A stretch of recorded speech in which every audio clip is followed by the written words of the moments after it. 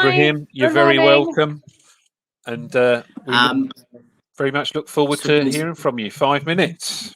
Ibrahim, do you want me to raise a hand when you've got 1 minute left, or are you okay with time? Yeah, I'm just going to stick my timer on. Cool. Okay, I'll do the same then.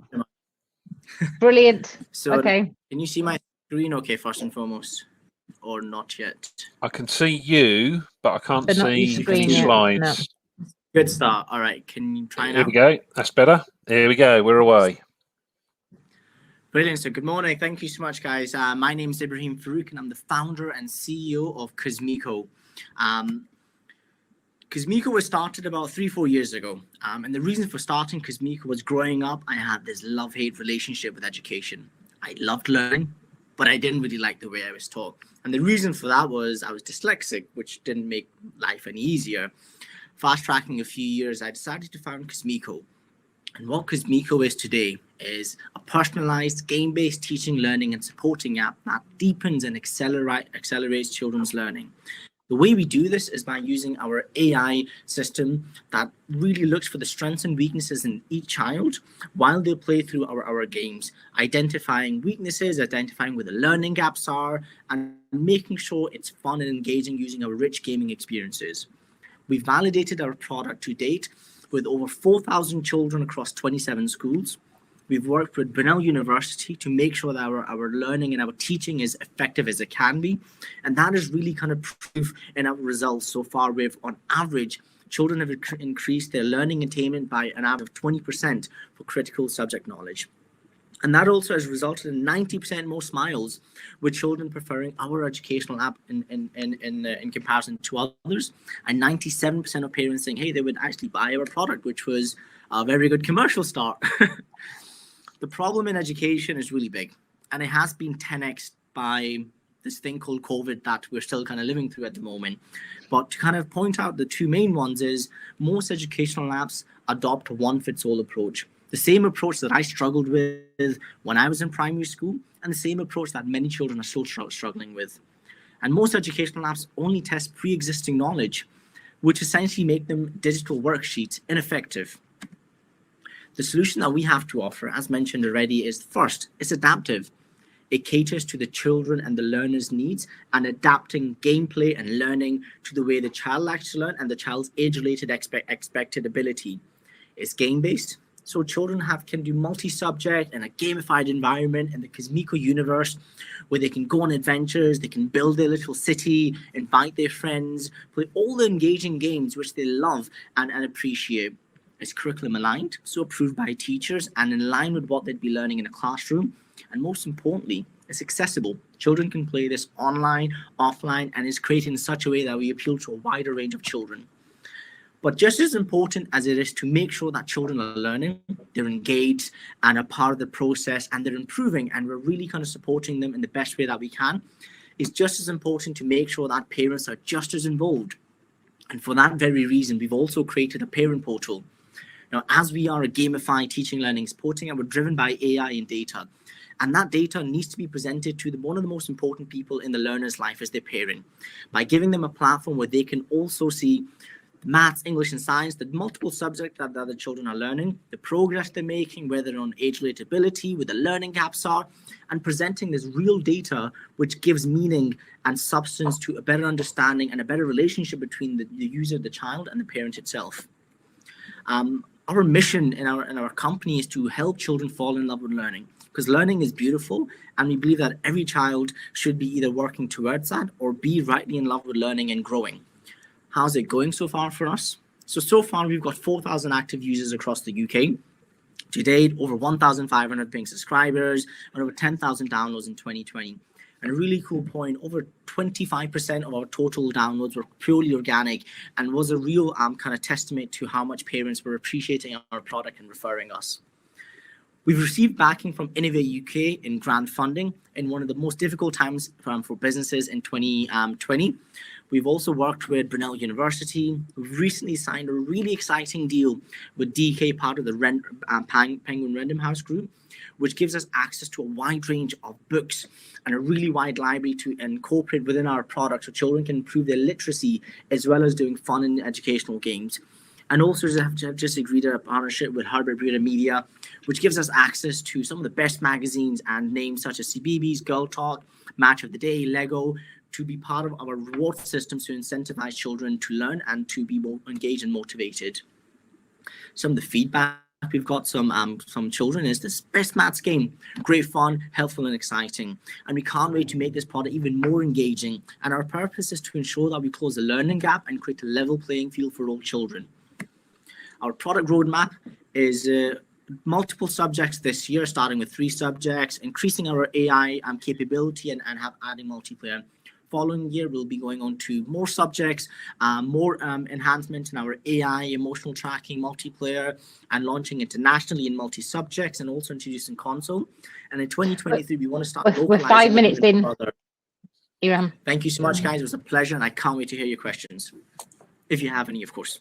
Brilliant, Ibrahim. Thank you very much for that.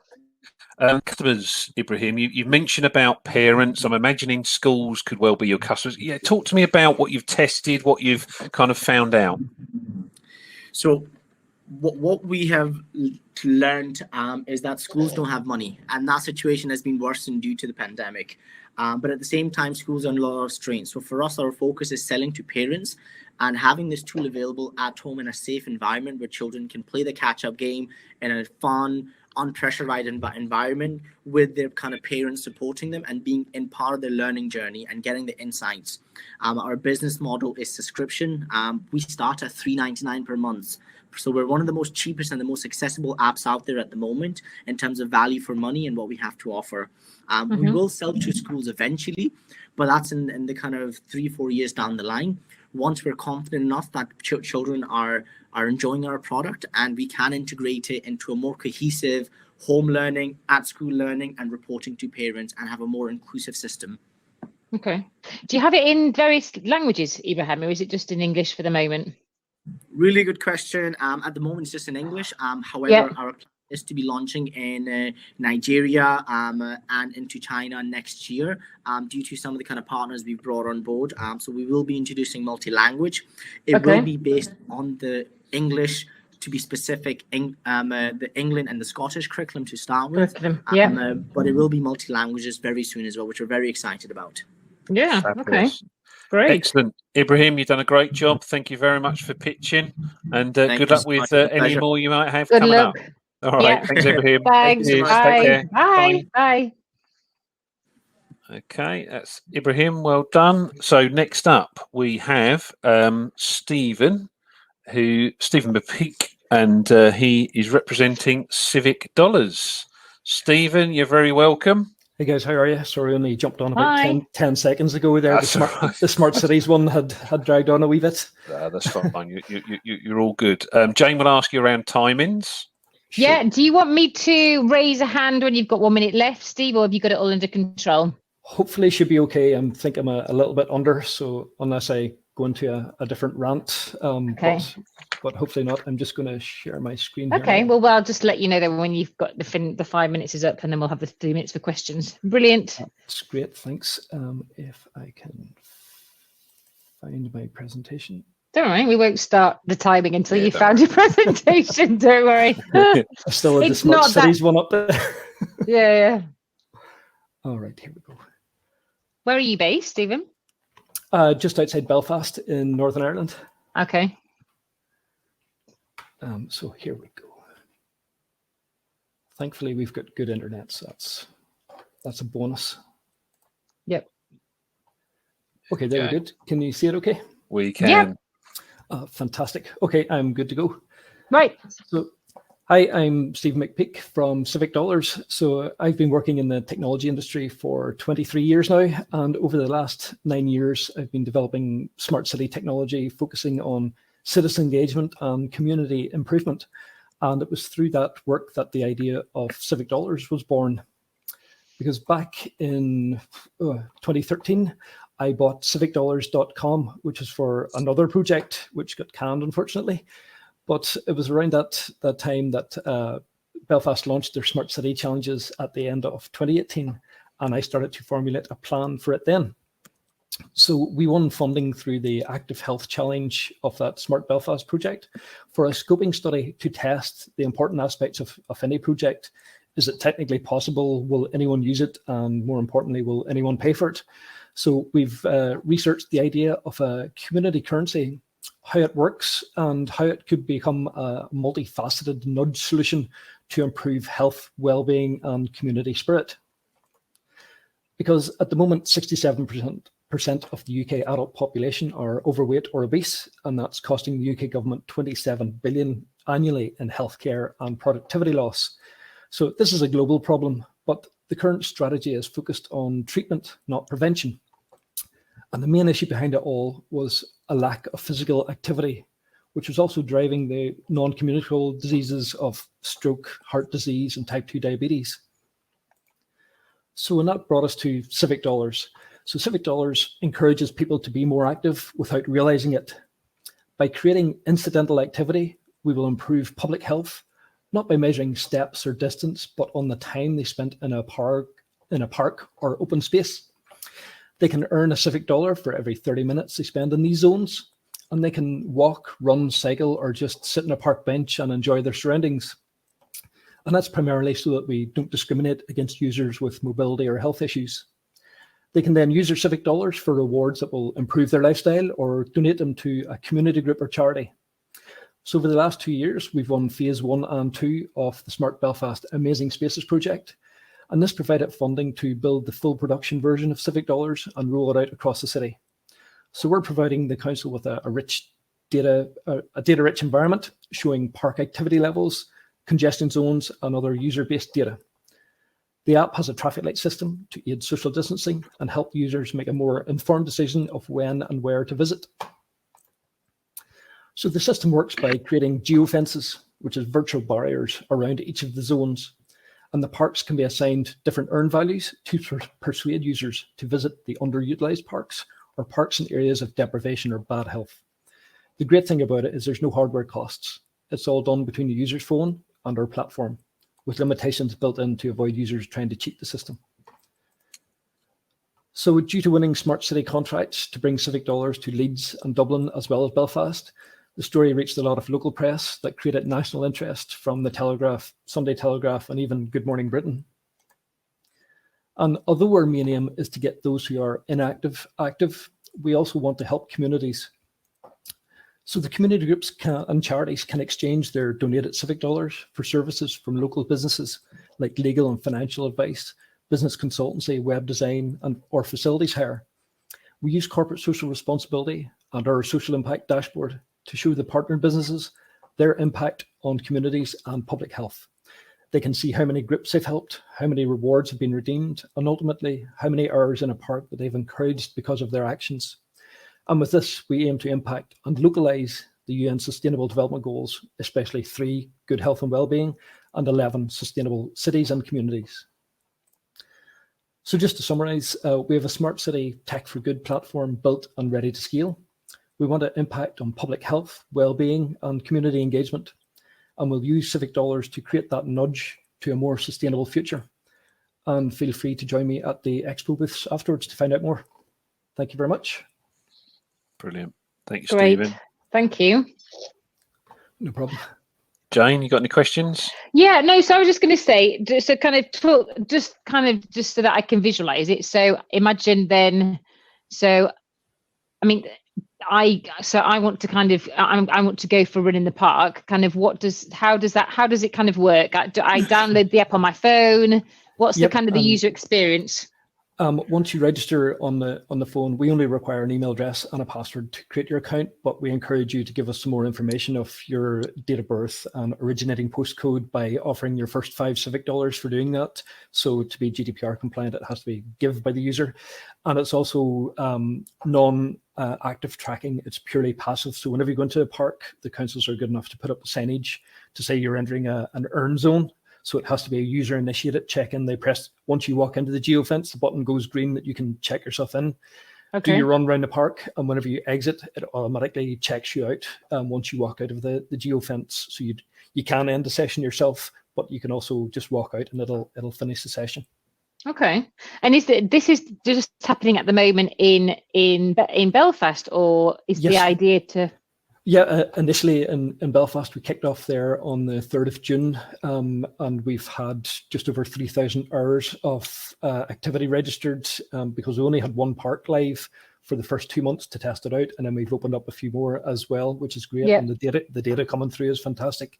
We're launching in Dublin in 2 weeks' time, or 2.5 weeks' time as well, after winning a smart cities contract with those guys as well. So looking forward to getting started there.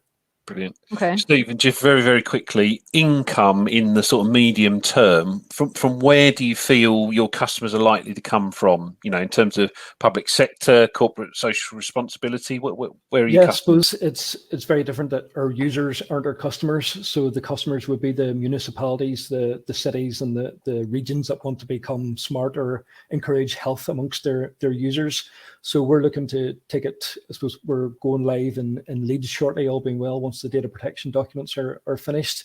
And we want to take it to England, and then we've already signed a non-disclosure and a partnership agreement with guys in Spain that are going to take it over there. We also want to move into the likes of Australia and the States markets because they've both big smart cities and health concerns as well. Fantastic. Stephen, we haven't got any Brilliant. more time, as much as I've got questions, but Yeah. thank you very much for No pitching problem. us. Come see me on the Thanks a lot. expo. We will. Thank Definitely. you very much for that. Well Thanks, done. guys. Thanks, Bye. Stephen. Bye. Bye. Okay, so next up we will admit Aaron, who's representing Electric Miles. So Aaron, you're very welcome. Hi guys. Welcome, Hi. Aaron. How you doing? Very good, very good. Oh, there we go. One day. Can There we you go. Can you see my picture? Yeah, that's perfect. Yeah. Jane will Aaron, ask do you you a want me couple of questions. to? Yeah. Do you want me to give you a heads up when you've 1 minute to go, or have you got it sorted in terms of timing? Yeah, that'd be good. I'll just raise my hand then when we'll move 4 minutes in. Okay, great. Brilliant. All yours, Away Aaron. you go.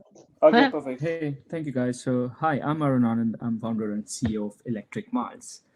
EVs are on the rise. There's estimated to be 9 million electric vehicles in the UK alone, and 150 million in the world by 2030. However, there's a growing problem, as 80% of charging today is on demand, leading to uncapped charge bills and network congestion. And to be honest, quite topical, what we are seeing today on the road with petrol crisis, I could foresee an electric crisis in the next 5 years. So how do we solve this? Hence, Electric Miles was born to solve this problem. We are completely software and hardware agnostic, and we are basically this intelligent, data-driven management service for charging energy asset, leveraging not only what user needs, but at the same time maintaining the stability of the electricity grid. We say to our users, come home, plug in, go and watch Netflix, let the tech take care. Before we jump into the solution, what are the problems we try to solve? One is the grid problem. As I said, I think grid instability is resulting from the volume of charging demand created by the move from ICE to EV, right? So current forecast is that with the 9 million on the road, this is going to drive a 30% increase in the electricity need at peak. But the biggest problem is the instability caused in the local distribution network as the result of the demand. There's a driver problem, just too many apps out there, and for an EV driver perspective, it still doesn't solve the core problem of smart charging. And then there's a business fleet problem. As growing number of people and businesses who use EVs, they're going to find it hard to charge with limited electrical capacity, not having the right charge at the right time, basically will lead to business chaos and inefficiency and downtime. So hence, we've been researching in this market for the last 2 years. My background is very much in electricity, worked for the last 15, 20 years, really understand how it's traded, transacted, stored. And we have taken the entire ecosystem into account, not only the car, the charger, the electricity meter, the grid infrastructure, energy supplier, and the end consumer. And the output is we built a tech, which is a charging nervous system, which takes into account number of data parameters in order to solve this core problem. So we've been doing beta trial, a product been out there on driver's hand, be used by 100 odd drivers, giving us the feedback, and it's been fantastic. A consumer app is able to save money on their charging, and we've even built tech where we can talk to the car so that we can read the state of charge, and we got some contracts now with the grid where we can match EV charging with the grid constraint. What the consumer we are able to offer this 40% saving on their charging needs, and from the grid side, with smart charging being adopted, there'll be £3 billion saving for the national grid. In terms of the platform, it's very easy to set up, register, scan your QR code, add car, add supplier, and bang on, automate your charge and set it and forget it, and we will optimize it further. Our route to market currently, we sell it to B2B. We are not a B2C player yet. We are selling it to charge manufacturers, retailers, and we got different product tiers. We got major traction at the moment.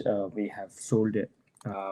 We are in trials with manufacturers, but we have some contracts now with the grid and with charge manufacturers and installers. We got a great vision where we're going to do this demand side response and domestic charging. We're going to get to fleet, supplier, and eventually be that end user subscription. We even got affiliated program around the world. EVs are happening around the world. We are affiliated with program in the US, in Australia, and in Europe. So we look to scale our product. And hey, we can't do this without a fantastic team. We've got a team of 10 developers, energy people, software builder, and venture at the same time. Finally, we are Electric Miles. We are building this charging nervous system technology which connects all system actors in real time, optimize their charging, and really drive value to all the stakeholders, and basically help UK achieve net zero 2050 and fight climate change. So thank you. I'll take some questions now. Fantastic. Thank you very much for that. Thanks, Aaron. Of all those different constituent parts and stakeholders, who do you think has the biggest problem, and i.e. who are you the biggest solution for? I mean, yeah, exactly. I mean, the ecosystem is massive. So starting from car manufacturers who are trying to sell their car, they're looking for differentiation, energy suppliers who, again, see it as an opportunity because an EV driver is like 2 for the price of 1. Get the house as well as the car. The stickiness is really key, and OEMs as well. I think eventually it's the local grid is who's going to really feel the pinch, right? Because all this on-demand charging, people they're always going to think of themselves and not the ecosystem, and that's why I feel technology should solve this problem, and we built this tech where so that a consumer or fleet operator, all they are worried about is, am I going to have the car charged when I need it the next day? And the tech will do that while they are sleeping. We will find the best time to charge, and it could be when there's more solar, where there's more renewable generation, or when in excess capacity, and when the price is cheap. So we can do that all through the tech, through IoT. Fantastic. Excellent. Thanks, and Aaron. You are a superstar. Thank you for your pitch today. Thank you for turning up on time. Wish you well, and good luck with the rest of them. Thank you very much. Thanks. Nice to Thank you hear very from you. much. Thank you. Have a great day. Bye. So next up, we have Anna, who's representing Climate Trade. Morning, Anna. Morning. Hi, Anna. Thank you. Bang on Hello. time. So thank you for that. Thank you. Actually, I'm gonna share my screen. Great. Do you want us to keep an eye on the time, Anna, or have you got it under control? No, I'll keep on the time. Sure. Yeah. Okay. So I'll just let you know then when we've finished, when the 5 minutes is up. Okay. Brilliant. Thank you so much. Okay. So thank you for having me. My name is Anna. I am the operations manager of Climate Trade. We were born 4 years ago in order to help companies to achieve their sustainability goals, or commitments. To do that, we create a climate trade that is a marketplace where companies can offset their carbon footprint. It's a kind of eBay or Amazon, but for carbon credits, do you understand, no? So we put in contact directly project developers with a corporation that want to or need to offset the carbon footprint. So in that sense, we are based in blockchain, so technology.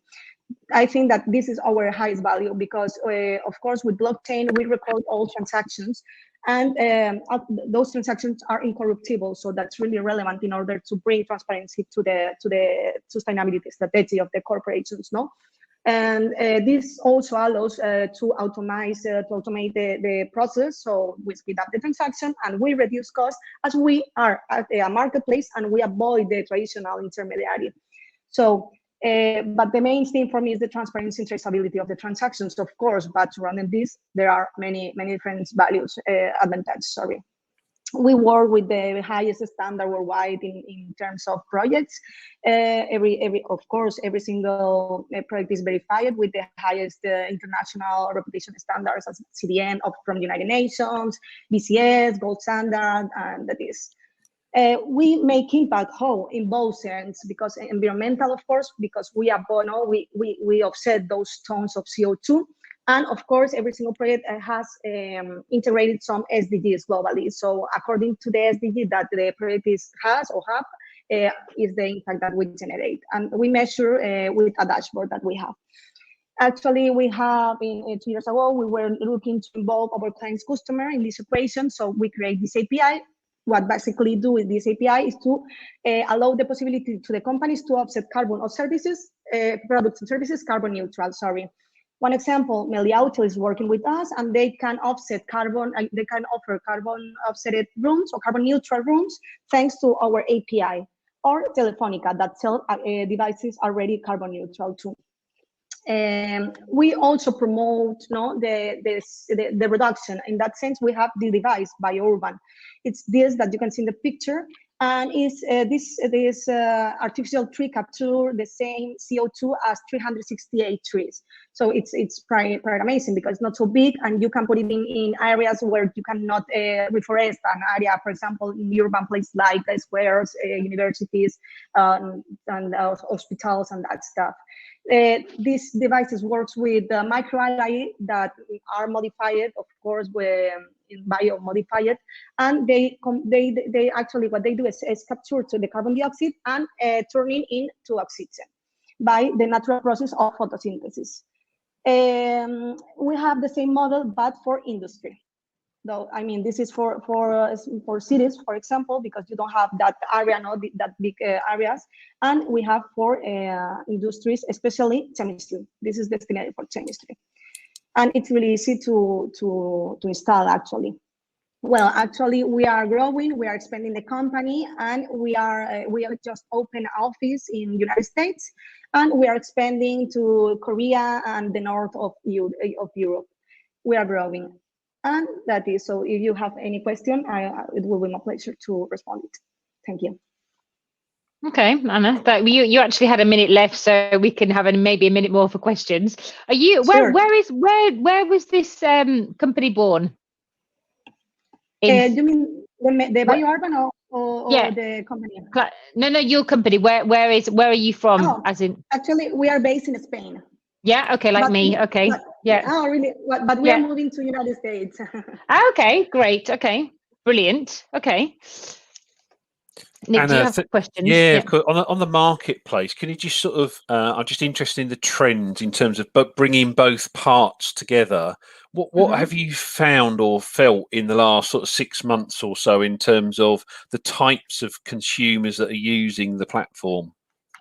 Actually, as you may know, sustainability is something that is trending topic now, 2 years ago. So what we find in the last 6 months, that the companies are really interested in offset, because mostly of the of course we need to reduce, but mostly of the companies cannot reduce every single emission, cannot be carbon neutral only reducing, because they have processes, for example, industry, as I say, chemicals or that stuff. So mostly of the time they are more interested in the voluntary market, of course, because it's something relevant for them, and they have to do it if they want to, because sustainability is something that investors and customers are demanding, and it's a filter. If you are not sustainable anymore, you're not gonna get inversion, or you're not gonna get customers. And what's sorry? Go on, Nick. Jane. Go for it. Go on. Sorry. What does the competition look like, Anna? Well, I was going to ask the actually, same question. Oh, okay. No, we have different platforms as they offer similar services, but actually our main difference is not only the blockchain, as I told you, that it brings advantage for the project developers and the companies. It's about also the ecosystem, the full ecosystem, because we can, I mean, respecting the competitors, we have different kind of projects. I mean, every single kind. We have more than 100 projects on the platform live right now, so the companies can choose, really have a big portfolio to choose those projects that have values according to the culture of the company, you know, and that's really relevant. And of course, we have another kind of, we started this a long time ago, so on the market we have the experience and the expertise, and a big team fully dedicated on this. I was going to ask you that, Anna, actually, because, how many people are you in the team? It looks like quite a consolidated organization that you've got going. We are more than 20 persons right now. And we are growing, as I told you, because we are with 20 people, because we are expanding the company. So we are opening offices, and we are just, of course, growing the team. Okay. I'm going to have to stop you there, Anna. Thank you ever so much. Thanks a lot. Brilliant presentation. Best of luck. Bye. Take care. Bye. Thank you. Hi, how are you doing? Sorry. Good morning. No problem at all. I was in the CleanTech stack because they are running late, so sorry about that. All right. We'll have a word. We'll have a word. Yeah. All right. So thank you very much for what you're doing. Ignacio, do you want me to keep an eye on the time, or are you okay for time? Have you got it kind of sorted? Do you want me to let you know when you've got 1 minute? I'm already done with the CleanTech. Okay. Yeah. We're ready. So just wanted to thank you because of what you do, because it really helps us. And I've been like watching other companies, and it's great. I mean, what everyone is doing. I'm gonna focus on people. Okay, so basically, what we are doing is related to a society context where even if we are improving in many ways, there is less poverty, there is better access to education. We're facing one of the worst problems that we could have, that is related to happiness. In the last 20 years, we see that almost every capitalist country doubled like the consumption of antidepressants rates, and it is what we in the very beginning wanted to think about. So we did by looking into this, we realized that there were many studies that suggested that doing good might be the best way to basically solve this problem. And of course, when thinking about how to solve this, we had to look at the corporate world, where every company is being like urged to improve the different ESG metrics and the methods, etc. But there was an interesting point when we saw that the way that we want to solve the world is by hiring a sustainability manager in each corporation that takes care of all of this. So instead of that, by basically linking the two like contexts that I brought in, we thought, what if we made people feel proud of being the change? What if we involved everyone in this new world, or in this sustainable world that we want to build? And that's what we created, the way of telling people what they can do and the way they can have an impact on the world and solve both like the society problem and the company's challenge. So first thing we did is to ask many people if they were willing to be part of creating a better world, and they said yes, 95% of them. And then we asked them, and if you would like to, why don't you do anything? And we found out that the obstacles that they face are pretty simple to be solved, which is, I don't know what to do. When I know what to do, I don't know how to do it. And when I'm about to do something, I say, all right, is it gonna change anything if I do it by myself? And I feel lonely. I think it's not gonna change anything. So I quit. So what we do is we sit down with companies, we analyze what their priorities are, and we turn these priorities into little actions that everyone in the corporation could do. Of course, these actions are related or are focused on improving the different like strategic goals, and every of these actions that we tell them has also a calculated impact that is also used and ready to be taken into account by the different like rating agencies, certifications, etc. We do this in a very simple way, which is a beautiful application, gamified one, that tells basically people remember like the challenges they had, what they can do, how they can do it. And since everyone is sharing what they do in an internal wall, everyone sees what the companies are doing, I mean, what the colleagues are doing, so they don't feel lonely.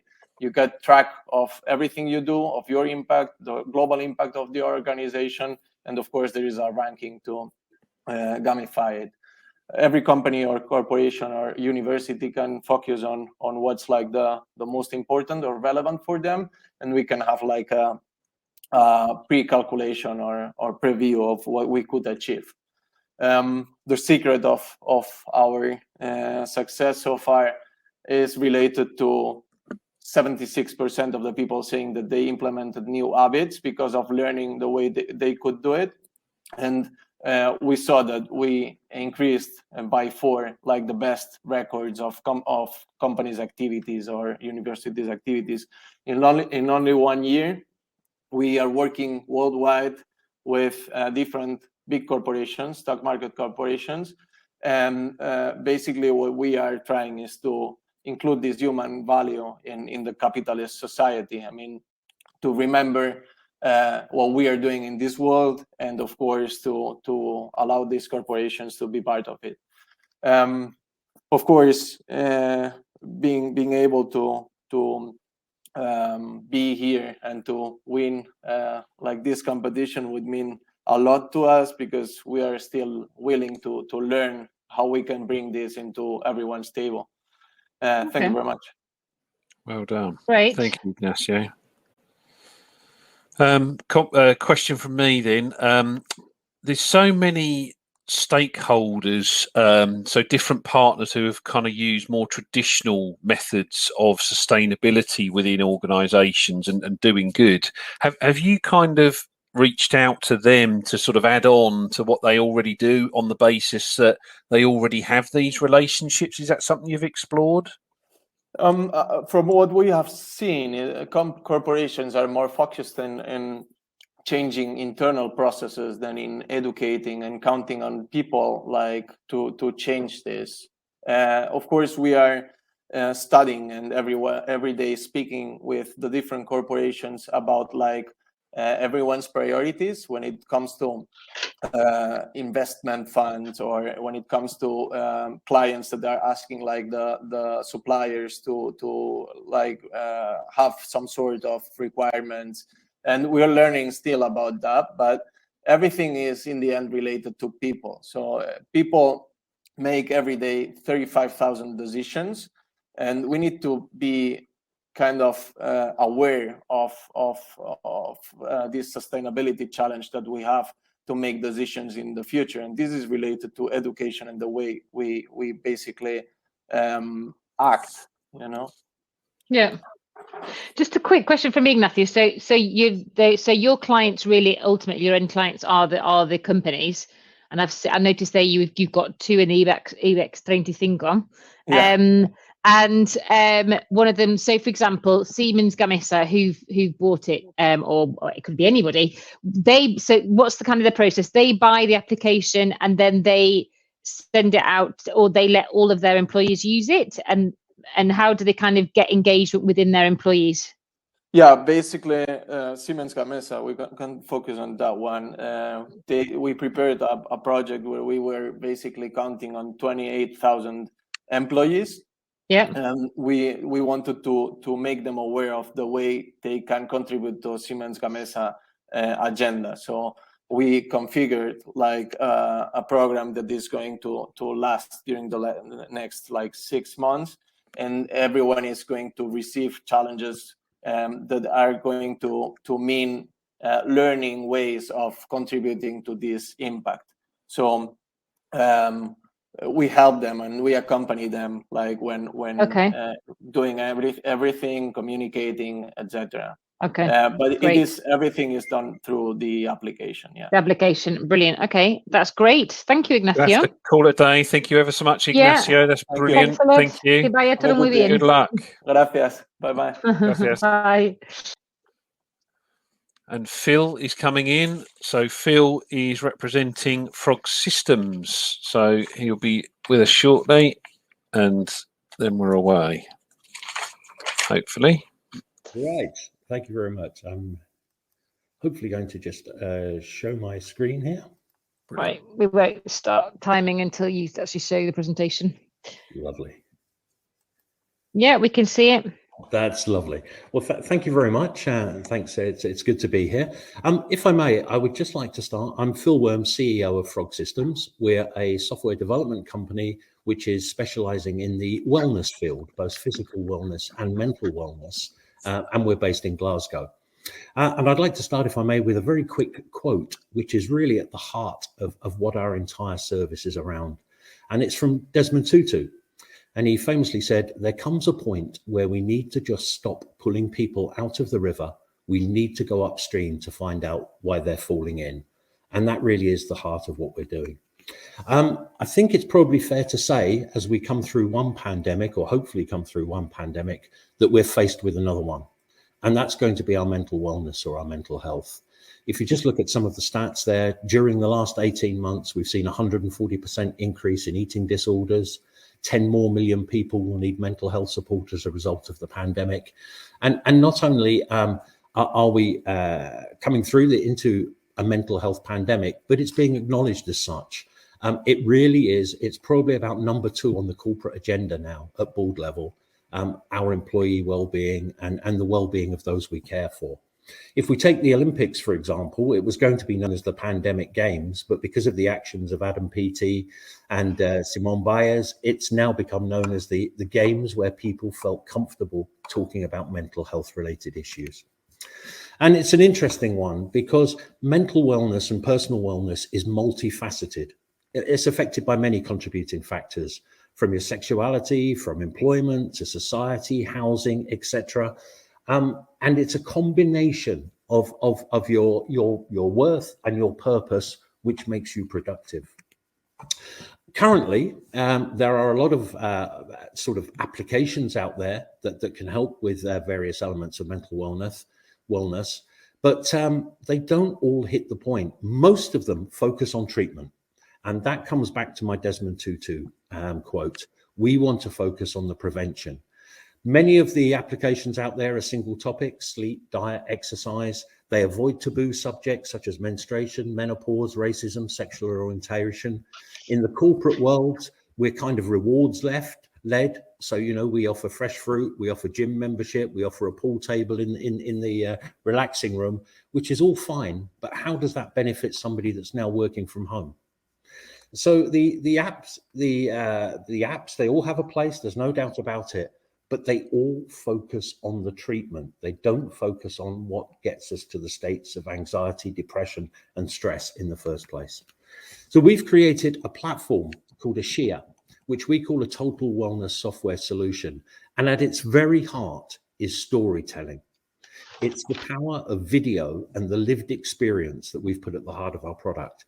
So this is people talking about their experiences, real experiences, how they've come through dark journeys, and how they've built resilient strategies, how they've built coping strategies to come through them.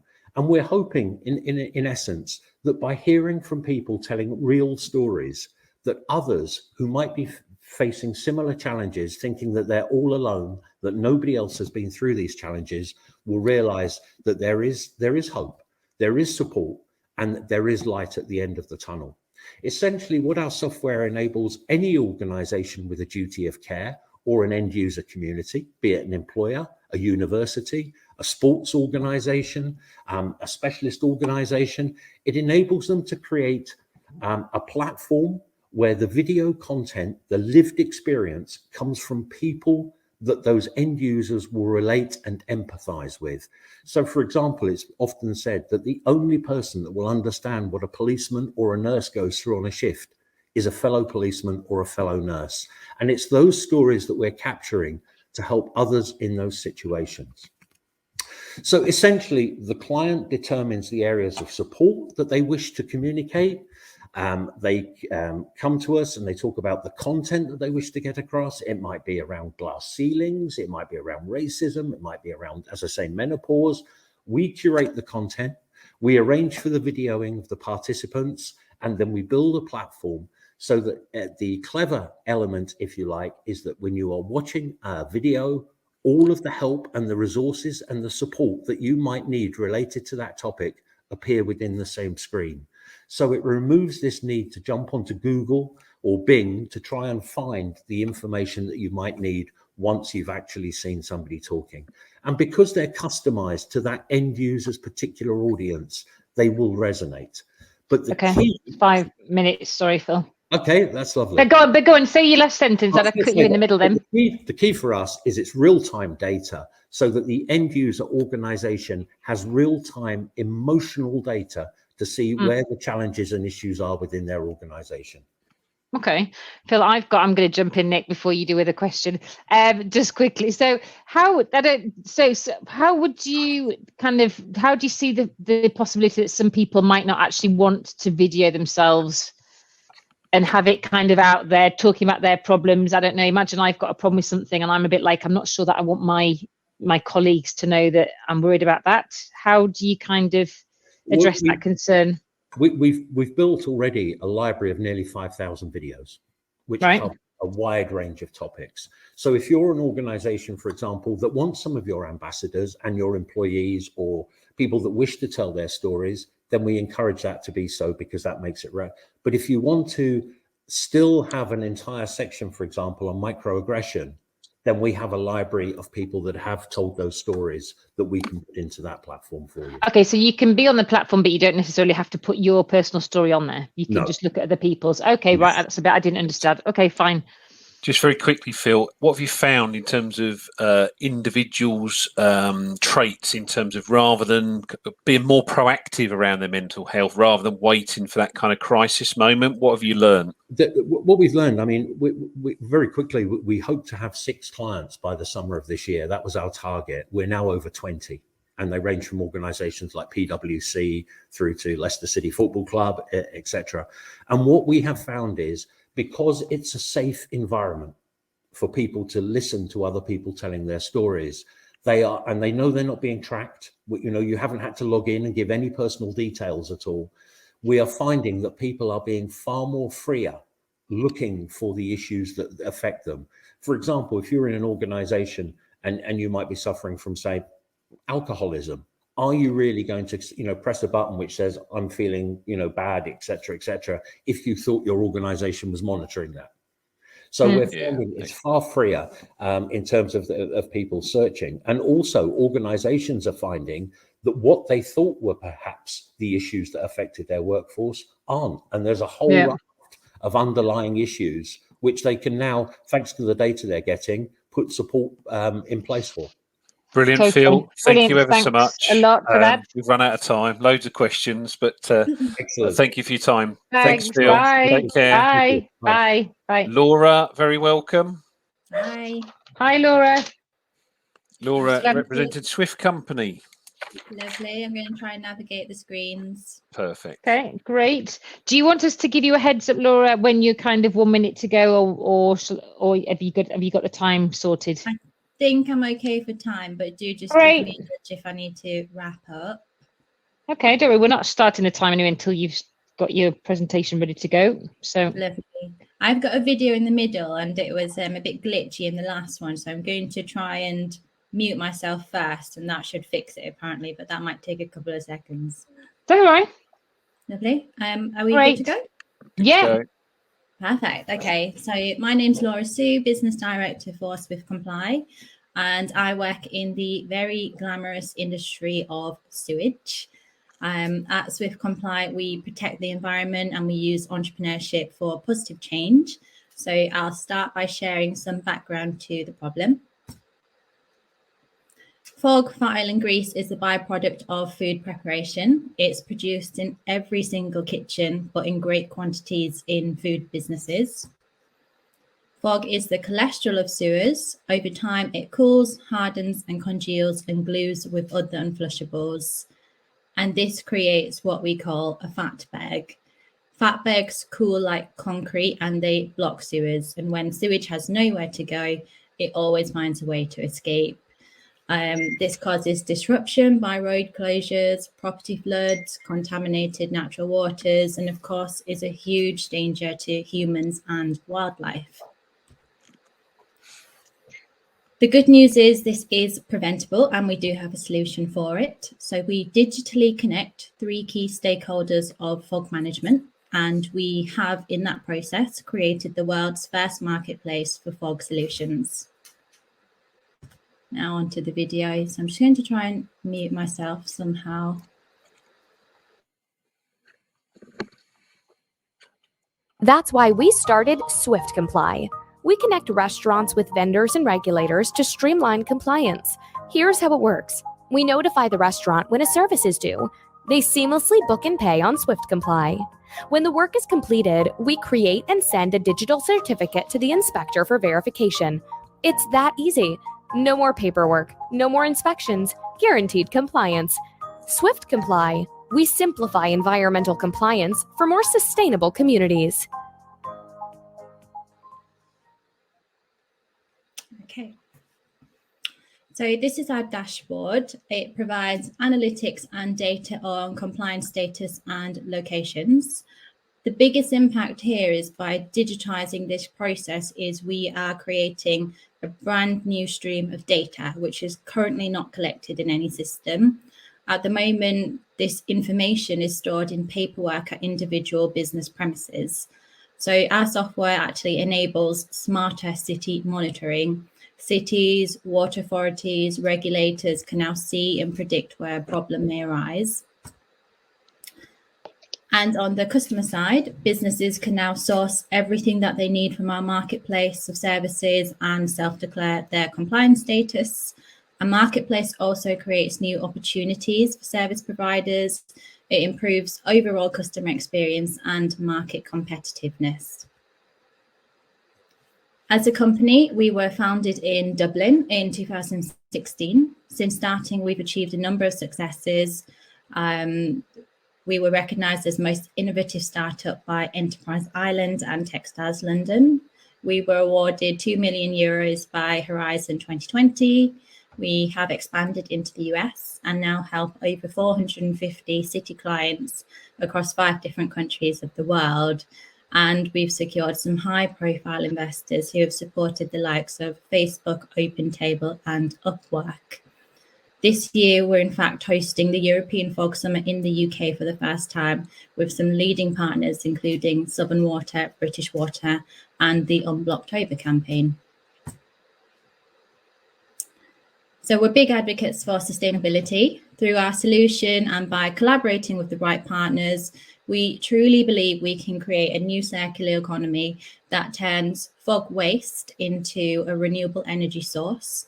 At the moment, there's approximately 250,000 tonnes of fog discharged into UK sewers. That's enough to prevent 1 million tonnes of greenhouse gas emissions if we convert it to biodiesel. This is a long-term goal that we're working on, but ultimately it would create new jobs and opportunities for many, whilst most importantly, protecting the environment. And what would it mean to win? We are the only company in the UK with a solution like ours in the fog market. We're relatively new entrants to the UK, so we'd leverage any win as a platform to show the real good that we can do and achieve through this digital transformation. And we'd love to secure pilots, contracts, and mentors. Thank you. Perfect. Brilliant, Exactly Laura. 5 minutes, Laura. Great. Quick question, if I may. Then I can see immediately the reason, the catalyst for commercial premises using it because of their environmental checks and licenses and things. Mm-hmm. What do you think what's it going to take for households to kind of be convinced to use the service? So the service is targeted at commercial, but there's a lot that domestics can do, and a lot of that falls under education and awareness. We need to be more aware of sewer misuse and what you should and shouldn't be putting down the toilets and the sinks. And we do a lot of that through social media and general conversation presentations as well, as do the water companies. So whilst we don't target them as a customer, we're keen to spread that message. Excellent. Thank you for that, Laura. Jane, you got any questions? I think it's such a good presentation, so well explained. Oh, have I? Can you hear me? I can hear you. Oh, okay, yeah, no, I'm just saying I don't think I have actually. You're right. So at the moment, Laura, just maybe you were saying then, so you're working outside of the UK and Ireland. You've got clients outside, is that right? Yes, US is our biggest market at the moment. Right. Okay. Interesting. And UK is our newest. Yeah. Brilliant. That's all from me, I think. Lovely. Thank you very much, Laura. It was a wonderful presentation. It was Superstar. very good. Wish you well. You so much. Thank you. Bye. Thanks. Okay, now admitting David Beer, who's representing itSettled. Hi, morning, David. Hi. Hi. I think Afternoon, just yeah. over the afternoon. So, as you can see from my background, I'm reporting from the NEC in Birmingham. So if you get some strays walking around the back of me, it's only because that I'm reporting live from a conference. So I'm doing a conference. Okay. No worries. So I'll quickly bring up my slides and I can get, oh, sugar. And we have to hit share screen, don't I? Yeah. Straight to my slides. And David, are you sorted for time, or do you want me to let you know when you've got 1 minute to go, or? Yeah, Jane, if you could, that would be okay. Fantastic. When you've got 1 minute to go, I'll just raise my hand. Okay. I can't see you on my screen, so just so I'll just shout. I'll just say 1 minute to go. Okay. All right, excellent. I'll jump straight in then. So I'm David Beer. I'm our sustainability champion and director at itSettled. We are a fully automated cash flow and credit management solution for SMEs. We help protect their revenue and their working capital position, and we're helping to create a sustainable economic recovery in the UK. So SMEs are the lifeblood of the UK economy, as we all know. We need to protect them. We need to make sure we don't have increased business closures. If we do, we're likely to get local and regional job losses, personal wealth impacts, family pressures, financial displacement, and mental health concerns. Now, SMEs provide 60% of the UK jobs, 50% of the private sector turnover, and are vital to the local and regional economies up and down the country. Now, our vision is to work with 1 million SMEs in the next 3 years to ensure they're always in the best possible working capital position. Now, the pandemic has created the perfect storm. We're seeing the government lend to 1.6 million businesses through the first government tranchement of the government loan scheme, 79.3 billion. We've had 100 billion through the furlough scheme, but we've still got a working capital crisis in this country. We've also got other things like 68% of UK SMEs have been negatively impacted by COVID. They face a 61 billion late payment issue that's only getting worse. There's an increasing 100 billion of unsustainable debt that exists outside financial services. There's now a commitment to pay the government loan schemes back. It's difficult to access additional funding and get additional financial support when most of these businesses are looking for additional working capital currently at the moment. And we're likely to see steep rises in insolvency rates if we don't fix this. But it really doesn't have to be the case for these business with the itSettled solution. So it's really important that every business rethinks how they manage their cash flow and protect their revenue. itSettled has been built on our CEO, Glenn Morgan's 25 years of credit management experience. We have a team that have financial services, credit management, and sustainability expertise that are driving us forward. We've codified his proven methodology and made it available to every SME across the country, which was only really previously available to big corporates. And as I mentioned, we're an automated FinTech, a legally compliant cash flow and credit management tool where business owners can use that don't have the expertise, time, money, resources to manage this process themselves. So what does that really mean is that We're an extension of the business's sales function. So as a sale, it's not a sale until the money's actually into their bank account. And small businesses often have access to products and services that highlight problems. They don't really get to the weeds and actually fix what the underlying solution is. Too often what we do is we offer them lending products or overdraft facilities that are not really solving the problem and can create wider societal issues as well. What we do is with our automated process, we make sure that they're always in the best possible cash flow position. And we can do that straight away, as you can see from this example here, which is a real life customer example. So, to prove what we've done is, over the last 12 years, we've collected in excess of 3.5 billion. We've helped 1,500 businesses collect 420 million of distressed debt with a 93% success rate. But what we want to do is we want to get involved with these businesses earlier, that they don't have a distressed debt or a working capital situation, that they're always in the most optimal cash flow position they can be. So when you work with itSettled, there's no more worrying about getting paid, keeping track of overdue sales invoices, or damaging customer reputations, relationships when you're asking for money. Business owners simply sync their accountancy software or the invoice. 1 minute to go. All right, excellent. And itSettled does the rest. We give them early warnings around intelligence, around their cash flow to avoid risk and exposure. We reduce their overall sales invoices by 40% in 30 days. We optimize their net cash flow position. We decrease the time spent on recovering outstanding sales invoices. We help positively gear the business for financial support. Their customers won't even know that we exist in the actual process.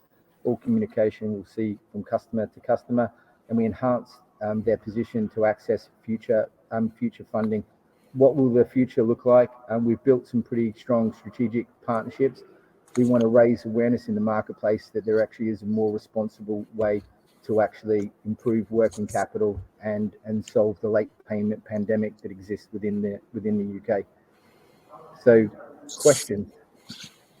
Great. Thank you, David. This is more your territory, I think, the questions, isn't it?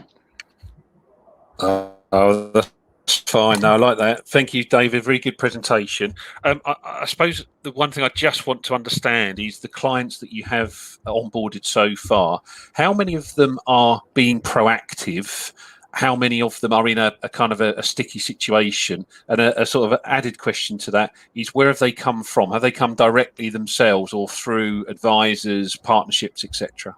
Yeah, good question. I'll start with the last part that you asked, is that some of them have come through invoice financing firms that have said, hey, we want to offer them a facility. We can't because they've got too much debt inside their business. It's from accountants who have actually said, well, hold on a minute, you have no money, but you're owed a lot of money. How do we sort that out? Because what's happening is, you would see this, Nick, is that what happens in the marketplace, they go to firms that look at a pure debt recovery solution where they charge them 15, 20 points on what their book size is. With us, we're a simple SaaS solution. We charge them one fee. There is no additional fees in regards to recovery. It's all part of the credit management solution. And what we're trying to do is solve that systemic problem, not paper over the cracks and try to make more money from actual debt recovery. Good answer. Thanks, David. Jane, you got any other questions? This is a bit orientated for the UK at the moment, David. Any plans to kind of go anywhere else with it? Yeah, we've been exploring international markets. We've had interest from the US, from Australia, to look at those markets. It's a legally compliant process, all right? So if we do take it into international markets, we just change our process to meet the law of the local marketplace. And one of the things I didn't go into, but what's intuitive about our platform is that if you're dealing with an SME or looking at, a plumber dealing with you for, say, your house at home, Jane, the system is intuitive, that it will change the process depending on who you're actually dealing with, and is it consumer, sole trader, or limited company recovery. Brilliant. Okay, brilliant. Thank you so much, David. Thank you. We're out of time. You're a top man. Enjoy the rest of your day. Thanks a lot. Bye. Speak to you soon. All the best. Bye. Take care. Bye-bye. Bye. And we have Ando representing Happaning. Yes. Ando, welcome. Hi. How are you doing? I'm very good. Yourself? Very good. Last but definitely not least on our agenda today, do you need help with the time, Ando? Do you want me to let you know when you've got 1 minute to go, or have you got it sorted? I think I may have timed this with perfect precision. I won't be sharing the screen. It would just be this. So if you wouldn't mind just enlarging me via the 3 dots and just pinning me to yourself, and then you can sort of see my slides, which we're about to move. Fantastic. Okay. Yeah. Okay. You ready to go? Yeah, let's go. I'll set the timer now. Brilliant. So the picture tells 1,000 words and video 1,000 pictures. Just imagine what we could do with 1,000 videos. My name's Ando, founder, CEO, and this is Happaning. That night was epic, but these clips won't take me back again, sliding through these feeds just to see what they were capturing, saddening. Because if Happaning, there's another way. Now I'm on this wave like the other day, swipe. This is Happaning, swipe. Check it. Happening's the app where you create and you share content you can move around in, like taking you there. You just swipe, I make it real clear. You wanna get to know. Happening's like using Street View but with video. Swipe. There we go, swipe. Swiping through the audiences, you saw the difference. Multi-vantage videos, or just call them vivid. Swipe like you bought tickets to performances, just swipe. Right, listen, so if you rate truth or suspected fake news, why not get a second perspective and change views? Just swipe in the direction that you want to change to. Swipe and you see what they see. And if you where the party is, take you to the heart of it. You've even got pins marking out other advantages, and this is just the half of it, because after it's done, I swipe on demand if it's all the parties we run. We just swipe. Starting the fun, we just swipe. So when was the last time you wanted to throw it back again? Come jump on this wave, this is Happaning. Now, probably could have just said all of that in just a few slides, but there is the reason the majority of people will watch a video today. You see, they're accounting for over 80% of all online traffic. It's fair to say our appetite for videos is insatiable. Yes, videos are just a great way of telling compelling stories, but they can also be quite limiting, subject to bias, careless editing, and even deliberate misdirection like deep fakes. Let me ask you this. Who'd watch a video if they had a time machine, stay with me, to take them there and live or relive those experiences, perhaps even see things you missed the first time round? Now, before you dismiss time travel as a thing of the future, that future is Happaning. So, what's Happaning? Happaning is an award-winning platform that lets you interactively watch an event from any perspective, at any time and from anywhere in one immersive, navigable experience. Think of it like Google Street View, but with video. We call our patented media format multi-vantage videos, or simply Vivids. And our patented technology synchronizes multiple video feeds in a vicinity by time, location, and audio-visual cues of a real-time codec. Or real-time blockchain codec, I should say. This crowdsourced approach means that we can verify the time and place of every video, detect post-production edits, and then by integrating augmented reality overlays, we immerse you into a multi-perspective scene, which means if you don't believe what you're watching, you can just swipe to another perspective by swiping in the direction you want to move in as if you was there. Best of all, it works without cellular data and even Wi-Fi because of our peer-to-peer mesh network. Now, this network offers an immersive experience completely new to the user-generated content market, expected to grow to over 400 billion over the next 5 years. But let's consider some of the wider applications, from navigating film scenes of VR to security, police body cams, judiciary evidence, even journalism and citizen journalism. Because in an age where fake news yields 6 times more engagement than verifiable facts, why are we still relying on individual perspectives to convey the whole truth?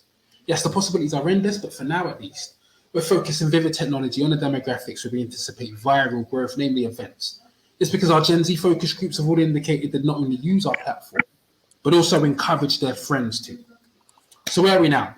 Having personally created an award-winning proof of concept and secure patent protection and some strategic partnerships, we've also concluded an oversubscribed alpha trial and also picked up some awards along the way, most recently winning the wildcard nomination at TechCrunch Disrupt just last week. We've also strengthened the team, starting with myself, 10 years engineering experience as a principal consultant at BAE Systems, delivering digital transformation for major telcos, Magic Circle law firms, various other national security and government bodies. But as the proud inventor of Vivids, I'm supported by an award-winning cast of digital strategists, record-breaking serial entrepreneurs, Dragon tier advisors, and some of the UK's leading technologists, including the head of cybersecurity for the Department of Transport and the previous digital architect for the House of Parliament and Home Office. Together, we're disrupting media consumption as we know it, but this is where we need your help. We're entering into a market right when the world needs us. Because of COVID, our tech represents the best way of being somewhere without physically being there, and one of the only countermeasures against deepfake videos currently lurking on the horizon. Our brand is disruptive, hugely memorable, and resonates with our target audience. This isn't just a game-changing opportunity. This is happening. Thank you so much. Wow. Wow. Thank you, Ando. Brilliant, brilliant. Love that. Well, where do we start? I suppose you explain it so well in terms of all the myriad of opportunities in terms of where this could go. So just talk us through the events and kind of why that was as an industry you felt, okay, that's the one to make a sort of a landmark with. We actually let our alpha trialists inform this. So we sent out sort of invites to a bunch of student micro-influencers, right, who wants to join our trial, different sort of special interest groups, including activists, some creatives, and also some event goers. And actually, there was a consistent messaging of like, look, we would use this in an event. You've got the cheap seats and you want to swipe to the front row, or you want to move around a wedding remotely because you couldn't attend in person. So this is where we're seeing a lot of synergy, but also after a bit of sort of market analysis, it's one of the ones that offered the least resistance to penetration as well. I mean, you've got some other applications in the security defense sector, and obviously the barriers to entry are huge there. We've partnered with a collective of 300 event vendors as well, just to target that industry, and we'll be having an offering open for private weddings and stuff like that in the very, very near future. Brilliant. And income-wise, Ando, again, it's boring side, but where can you derive the income from? So we're seeing quite a few opportunities for revenue. So our long-term vision is to set up a licensing model for our core technology. So this is where we were able to license Vivid into cross sectors. I mean, you've seen the scope of the opportunity there. However, before that, Happaning, which has a events and UGC focus, will be doing a 3-tier freemium model. And the idea is the majority of people can use it for free, but we'll have some subscribers on a premium, as well as some subscribers on the professional tier that will allow things like private Vivids up to a certain amount of advantages, as well as embeddability on other businesses' platforms through iframes. Now, before that, we've actually turned down revenue opportunities for private events, and we've had people come to us for private events, which is one of the reasons why, for now at least, within the next few weeks, we'll be targeting private events, just do one-off fees for private Vivids. Okay. A lot of scope, though. A lot of scope. I mean, you've seen we also have augmented reality markers that can be used for ad placement or sort of highlighting businesses in the area. There are a lot of scope, but those are the ones that we are focusing on at the moment. Brilliant. Thank you. Nothing else to add then, Joan? That's brilliant. And that is brilliant. Yeah, no, that's fine. To bring it to an end. You're love that, and best of luck with the rest of your endeavours. Thank you so much, guys. Good man. Brilliant. Thanks, Ando. See you soon. Bye. Cheers. Bye.